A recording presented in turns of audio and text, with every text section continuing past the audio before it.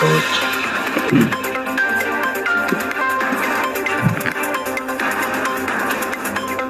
ሰላም ጤና የተከበራችሁ የዩቲዩብ ቻናል ተከታታዮች እንደምን አላችሁ? የሰዓቱን አጫጭር መረጃዎች እንዳችሁ ቀርበናል። እስከ መረጃው ድረስ አብራችሁን ቆዩ። በትናንትናው በሰራላችሁ ቪዲዮ ላይ የኢትዮጵያ ቴሌኮም ሰራተኞች ያገቱት መታገታቸውን ገልጸንላችሁ ነበር። ዛሬ ደግሞ ሌላ መረጃ ይዘንላችሁ መጥተናል። እሱን በተመለከተ ታዳምጣላችሁ። ቀጥታ ወደ መረጃው አለ። በምዕራብ ወለጋ ዞን በኦሮሞ ነጻነት ሰራዊት ታጣቂዎች ያገቷቸው 11 ኢትዮጵያውያን ቴሌኮም እና የዜድኢ ሰራተኞችን ለመልቀቅ በገንዘብ ድርድር ማቅረባቸውን ስማቸው እንዳይገለጽ የጠየቁ ኢትዮጵያውያን ቴሌኮም አመራር ተናግረዋል። ባለፉት ሳምንታት አርብ እና ቅዳሜ የታገቱትን ሰራተኞች ለመልቀቅ ቁጥሩ በትክክል ባይገለጽም ታጣቂዎቹ በሚሊዮኖች የሚቆጠር ገንዘብ ጠይቀዋል ተብሏል። አብዛኞቹም ከያዟቸው ሰራተኞች መካከል የተወሰኑትን ለመልቀቅ በሚሊዮኖች የሚቆጠር ብር እንዲከፈላቸው የኢትዮ ቴሌኮምን እና የዜድቲኢን መጠየቃቸውን አመራሩ ገልጿል። ባለሙያዎቹ ለእገታ የተጋለጡ የኢትዮጵያ ቴሌኮም አካባቢ ያለውን 5% እስከ 12% የሚደርስ የ4G ቴሌኮም ሽፋን ወደ 82% በመቶ ለማድረስም ታቅዷልም ብለዋል። ባለፉት ሰዓታት እንደሆነም እነዚሁ አመራሮች ገልጸዋል። 11 የኢትዮጵያ ቴሌኮም ሰራተኞች በምዕራብ ወለጋ መታገታቸው የተሰማው በትናንትናው ዕለት ነው። በኦሮሚያ ክልል በምዕራብ ወለጋ ዞን በቂሊንጦ ካራ እና በጉጂ ዲመራ ወረዳዎች በስራ ላይ የነበሩ 11 የቴሌኮም እናም የዜድቲኢ ሰራተኞች ታግተዋልም ተብሏል።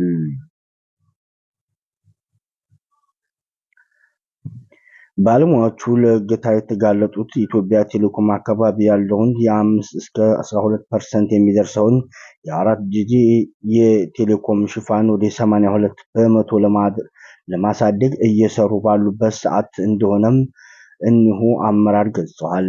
11 የኢትዮጵያ ቴሌኮም ሰራተኞች በምዕራብ ወለጋ መታገታቸው የተሰማው በትናንትናው ዕለት እንደሆነም ገልጿል። በኦሮሚያ ክልል ምዕራብ ወለጋ ዞን በቂሊንጦ ካራ እና ቦጂ ወረዳዎች በስራ ላይ የነበሩ 11 ኢትዮጵያ ቴሌኮም እና የዜድዲ ሰራተኞች ታግተዋልም ብሏል።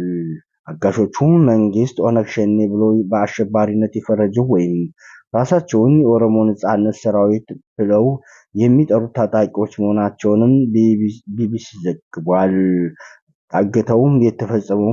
እገታው የተፈጸመው ጥር 1 ቀን 2018 ቂሊንጦ ካራ በተባለ ወረዳ ውስጥ ሲሆን ባለሙያዎቹ የሞባይል ኔትወርክ ማስተላለፊያ ስራ እያከናወኑ በነበሩበት ወቅት እንደሆነም ተገልጿል።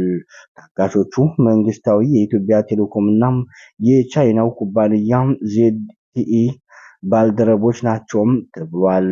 በእገታው ከተያዙት ውስጥም 5ቱ የዜድቲኢ ባልደረቦች ሲሆኑ 2ቱ ደግሞ የኢትዮጵያ ቴሌኮም ሰራተኞች መሆናቸውንም አስታውቋል።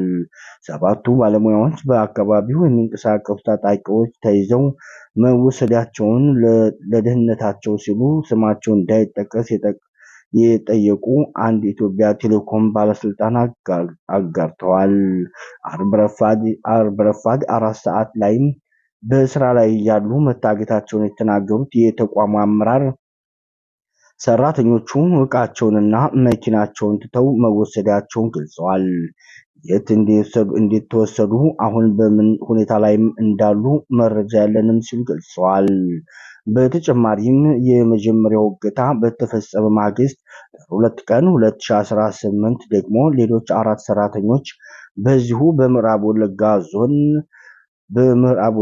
ዞን ቦጂ ወረዳም ውስጥ ታጣቂዎች መወሰዳቸውን ባለስልጣኑ አስታውቋል። ከእነዚህ 4 አጋቾች መካከል 3ቱ የኢትዮጵያ ቴሌኮም፣ አንዱ ደግሞ የቻይናው ኩባንያ ሰራተኞች መሆናቸውንም ገልጿል። የኢትዮጵያ ቴሌኮም አመራር እንደገለጹት ከሆነም የተቋሙ ከስፍራው የደረሰው መረጃ ባለስልጣናቶቹ የታገቱት በአካባቢው የሚንቀሳቀሱ የኦሮሞ ነጻነት ሰራዊት አባላት መሆኑንም አስታውቋል።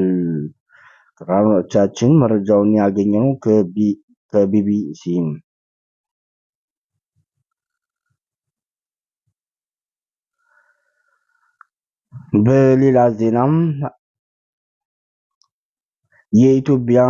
በሌላ ዜናም አምባሳደር ሬድዋን ሁሴን የኢትዮጵያ ብሔራዊ መረጃና ደህንነት አገልግሎት NISS ዋና ዳይሬክተር የሆኑት ሬድዋን በአፍሪካ ቀንድ ያለውን ዲፕሎማሲያዊ ውጥረት በበረታበት በዚህ ወቅት ነው በዛሬው ዕለት ሞቃዲሾ መግባታቸው የተሰማው።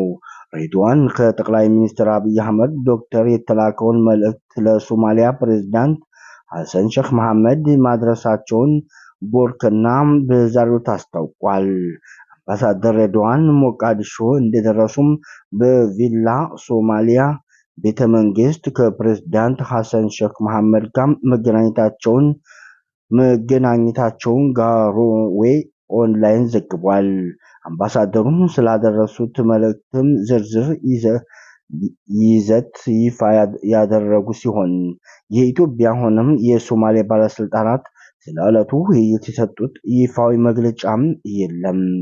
የኢትዮጵያ ብሔራዊ መረጃና ደህንነት አገልግሎት NISS ዋና ዳይሬክተር አምባሳደር ሬድዋን በዛሬው ጉብኝታቸው ከሶማሊያ ብሔራዊ መረጃና ደህንነት ኤጀንሲ NISA ዳይሬክተር መሐመድ ሳላዲን ጋር በኤጀንሲው ዋና መስሪያ ቤት ተገኝተው መወያየታቸውንም አመልክቷል። ይህ ድንገተኛ የአምባሳደር ሬድዋን የሞቃዲሾ ጉብኝት የተካሄደው እስራኤል ራሷን እንደ ሀገርነት ላወጀችው ሶማሌላንድ እውቅና ከሰጠች በኋላ በአፍሪካ ቀንድ ዲፕሎማሲያዊ ውጥረቱ